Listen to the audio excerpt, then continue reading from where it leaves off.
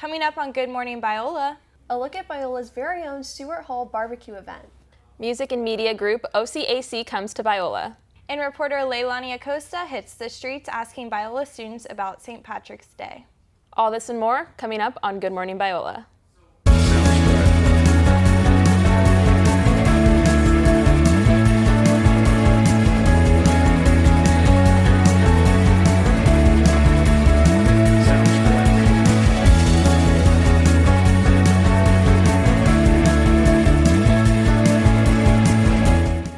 Welcome to the second episode of Season 10 of Good Morning Biola. I'm Mckayla Wynd. I'm Gabrielle. And I'm Leilani Acosta.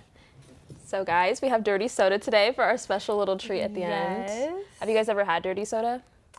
I have, but when I had it, I used Diet Coke instead of Dr. Pepper. So I feel like it'll be a little bit sweeter this time. Definitely. I had it, we went on a snowboarding trip to Utah in the winter and finally tried Swig. Oh, yum. Exciting. I grew up with Swig, so I literally have it every time I go home. I'm obsessed. Fun. And I'm so glad it's a trend now. Yeah, because it's like an Arizona thing, Yeah, too. Arizona, Utah, yeah. Very fun. Well, we have that coming up, but starting off, we have some news.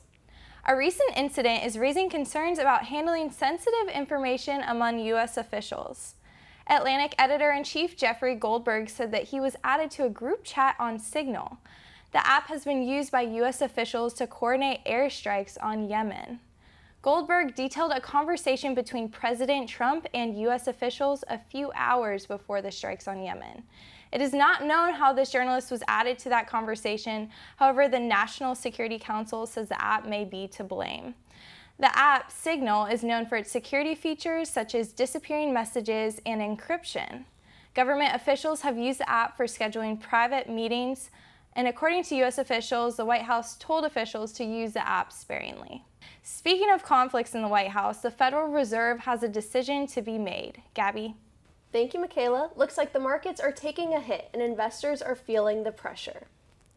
The stock market is on a dive as worries over inflation, interest rates, and new tariffs weigh on Wall Street.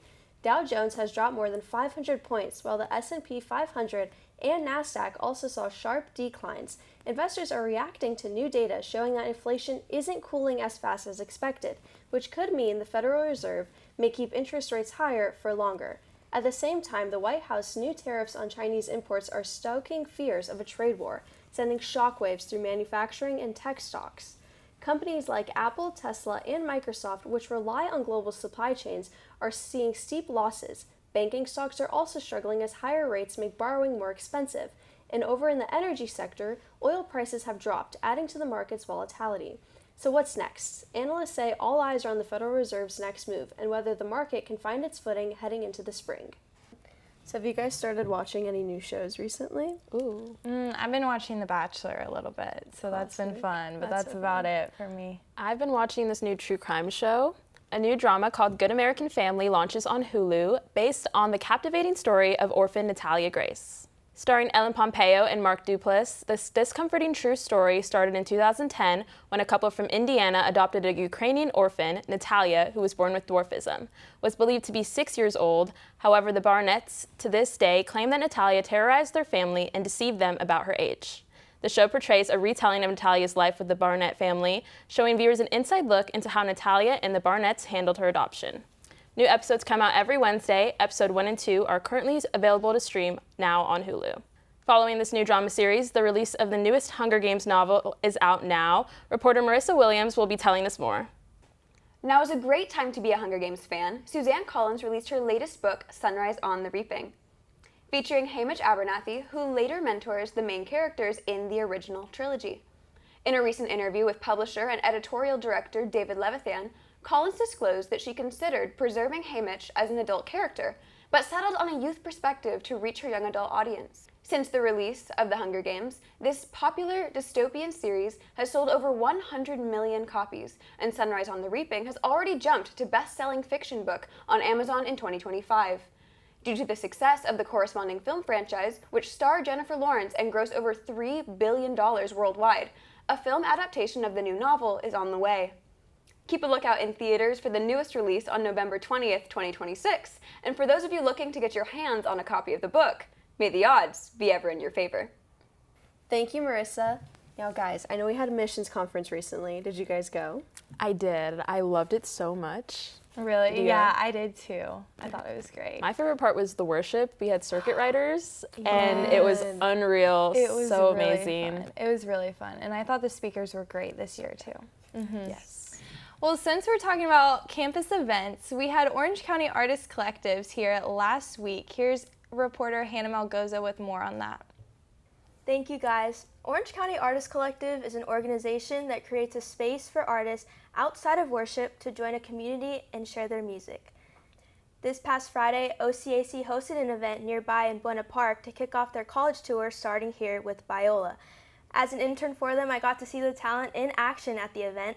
There were 4 artists who performed, some alumni, some current students. Biola students showed out to buy some vintage clothes, jewelry, some tacos, and some coffee. It was a night to remember and so much fun for community engagement. Special shout out to Worldwide Baby and the Living Again Band, current Biola students in pursuit of their music careers, all while giving honor and glory to God. That is how we do it here at OCAC and at Biola. They are continuing their college tour at Vanguard and have plenty of events coming up throughout the year. Make sure to check them out at OC Artist Collective on socials and make it out to an event. Thank you, Hannah. Now we have reporter Joshua Story telling us about Stuart Hall's barbecue event. Thank you. Well, I'm out here tonight in McNally Field, where Stuart Hall is hosting their annual Cowboy Barbecue event. Looks like things are getting underway behind me here, so let's go head on over and see if we can rustle up a story. So, tell me about this barbecue. So this is the Stew Hoedown. There's, as you can see, there's lots of lovely games around. Spike ball, frisbee. They're grilling some stuff, so it's not a real barbecue, but we got burgers, we got hot dogs, we got chips, and we got, most importantly, friendship, you know. But how does it taste? So good. Hot. 10 times the cost. That's not that high of a bar to clear. So unfortunately, there's not actually any barbecue at this barbecue. It's really more so hamburgers and hot dogs. But hey, at least it's not Tennessee. In addition to not enjoying barbecue, attendees could expect to take part in different events, such as line dancing and cornhole. Hello, I'm doing cornhole, about to make this shot, hopefully. Ooh, that was a close one. Well, at least you're still more accurate than missions conference. It may not be barbecue, but it sounds like the food is good and the attendees are happy. It's been another successful event here this year at McNally Field. I'm Joshua Story, and I've been reporting to you for Good Morning Biola.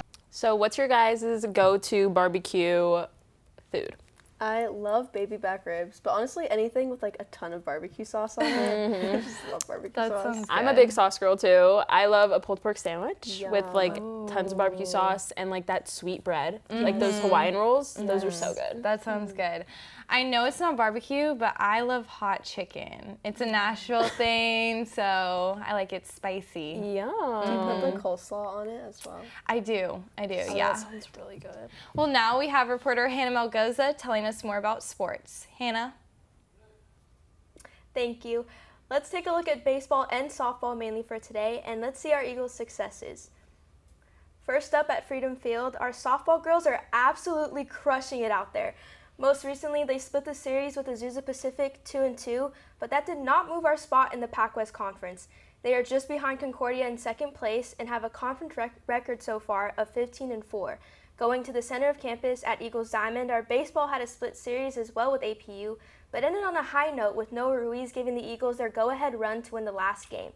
This, along with 11 RBIs in that series alone, gives him the Pac-West Player of the Week. They are split even with a 10-10 conference record right now, building off of that great momentum. That's all the latest with Biola baseball and softball. Make sure to keep track of our Eagles in the pool and on those tennis courts as well. Back to you guys. Thank you, Hannah. Now, we've been having some amazing weather here in LA, and it looks like Kaylin found a great spot for an outdoor concert. Kaylin? Thank you so much, Gabby. I am here at the Getty Villa. It is a gorgeous art museum located in the Pacific Palisades, right next to where we had fires earlier this year. Now, if you're planning on going, make sure you pick a nice sunny day to enjoy the beautiful gardens they have outside. Now, speaking of sunny days, I think we should check the forecast for La Mirada today. It is going to be 57 in the morning, then it's going to move to a beautiful warm 80 degrees, so make sure you wear your sunscreen. It's also going to go right back down to 57 in the evening, and if you're planning on catching the sunrise or sunset, sunrise is going to be at 6:49, whereas sunset is going to be at 7:08. Now let's look at weather across the nation. Up here in Washington, where I am from, it is going to be 65 degrees, unusually warm for this time of year, and be sure to look out for any hail and thunderstorms we might have later this week. Moving down along the west coast, we are going to go into the 80s in Southern California. Super beautiful, super gorgeous. Across the Midwest, we're going to stay pretty mild in the 50s, but moving down to Texas, it's going to be in the 90s. So make sure you stay out of the sun, and if you do, wear sunscreen. Now moving on to the East Coast, up in Maine, it is a cold 36 degrees. I think I will take our California 80 degrees over that any day. Moving down along the East Coast, we are going to end in Florida, and in Tallahassee, it is 79 degrees, and in Tampa, it is 79 as well. Now looking at the weather for the whole week in Los Angeles, it is currently 66 degrees, absolutely gorgeous, absolutely beautiful. And like we mentioned earlier, it is going to be 80 degrees today. It's going to get a little bit colder throughout the rest of the week, and we're going to see 68 across the board. Moving into Monday, still 68, but with a little bit of light rain. And with that, that is our weather for the next week. Back to you guys. Thank you, Kaylin. Looks like travelers are in for some changes and frequent flyers might need to adjust their plans. Travel just got a little more expensive and a little more complicated. Airlines are making big changes to menus, fees, and perks, leaving some passengers frustrated. Major carriers like EasyJet and Air France have quietly removed popular meal deals for economy passengers, meaning travelers might have to pay more or bring their own snacks. And it's not just food. Some airlines are tightening baggage policies with stricter weight limits and higher overweight fees, which is not good news for people like me who like to overpack. Loyalty programs are also taking a hit. Some frequent flyer rewards are getting harder to redeem, with miles expiring sooner and blackout dates increasing. And if you're hoping to score a last-minute deal, think again. Flight prices remain high as demand outpaces supply. So what can travelers do? Experts say book early, pack smart, and take advantage of credit card rewards to offset costs. And as always, check the fine print before you fly. Now we have reporter Leilani Acosta going around campus asking students about St. Patrick's Day. Thank you guys. I'm here on the streets of Biola, and we're going to ask some students some St. Patrick's Day related questions. Do you prefer the marshmallows or the cereal and Lucky Charms? Marshmallows. Marshmallows, of course.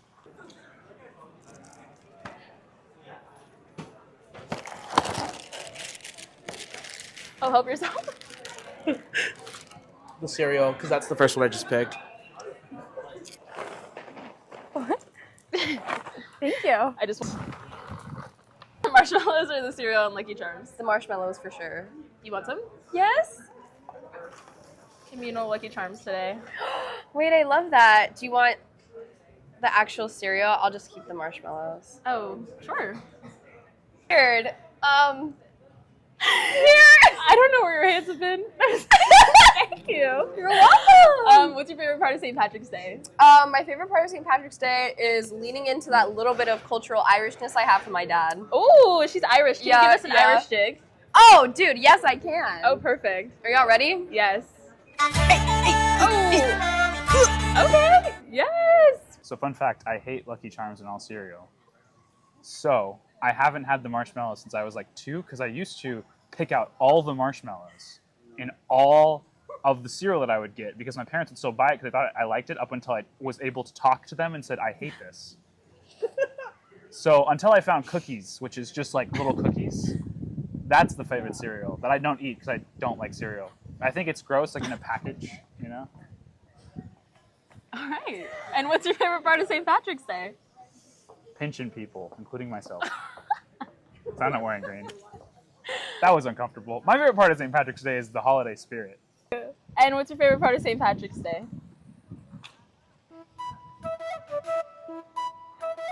Okay. It's a great spirit out here at Biola. Have you heard of the Irish goodbye? Yeah. Where's the mic going? I love gingers. All right, y'all, let's get started. How do we do this? Okay, we all get a little cup. Okay, with here you go. ice and our straws. Okay, and then we need our Dr. Pepper. I'm low in function. So do you guys prefer the marshmallows or the cereal? for Lucky Charms. Ooh, I actually don't like the marshmallows in Lucky Charms. Really? Are you serious? Yeah. Oh. I have a whole box now for my Interesting. videos, so Yeah. I just kind of eat the cereal. The cereal's so good though. Wait, that's Here, so I can interesting. use our limes. Okay, so we have our Dr. Pepper. We gotta Yes. put our lime in. I'm usually And- first kind of girl. Okay. Can you grab the That creamer? sound. Okay, let me put the peels in here. Yes. Here you are. I think we have to take the seal off too. Oh, lovely. Oh, there you go. Yeah. All right. What about you, Gabby? Did you say marshmallows or Lucky Charms? I like the marshmallows. Those like my. I like- do too. I feel Like, like every I've kid seen- was like that. Yeah, because I've seen like them do it with just the marshmallows, and I kind of Yeah. want to get it. Really? Yeah, that's like a nightmare to me. Too sweet. Mckayla, do you want your lime right now? Yeah, I do. Okay. A splash. These are like not very ripe. Oh, should we just squeeze it? Ah, What if we crazy. just squeeze There we it? go. What do you guys like about St. Patrick's Day? I mean, I feel like it's just fun being Irish. You're Irish? Yeah, I am. Can you do an I mean, Irish like shit, or- partially, not Tap like dance right I'm now. not. I Ed didn't Sheeran just move fan. from Ireland or anything, but mostly Irish. Oh, that's a lot of creamer, Mckayla. Too much? Oh, girl, put some soda Oh in no. there. Okay. That's so funny. That's a lot of creamer. How I did it last time, we had a lot. Really? Yeah. I just normally do a Okay, we're gonna do a taste test. Yeah, we need to. Put my creamer. Can you put lime in here? Yeah, I do. It's actually a crazy combo if you think about it. I know. It's so strange. David saw this in the fridge and he's like, "What are you guys doing?" And I was I guess. like, okay, ready? Okay, ready? Cheers. Cheers. Okay. Oh, Wait, it's Very good. so It's really good. Really? Yeah. For coconut cream. Wait, that's so good. Okay, maybe some of I could use a little bit more too. This has a lot of lime. Oh yeah. Shocking. Well, thanks for tuning in to episode 2 of season 10. I'm Mckayla Wynd. I'm Gabby Ilioy. And I'm Leilani Acosta. You Eagles, have a good week.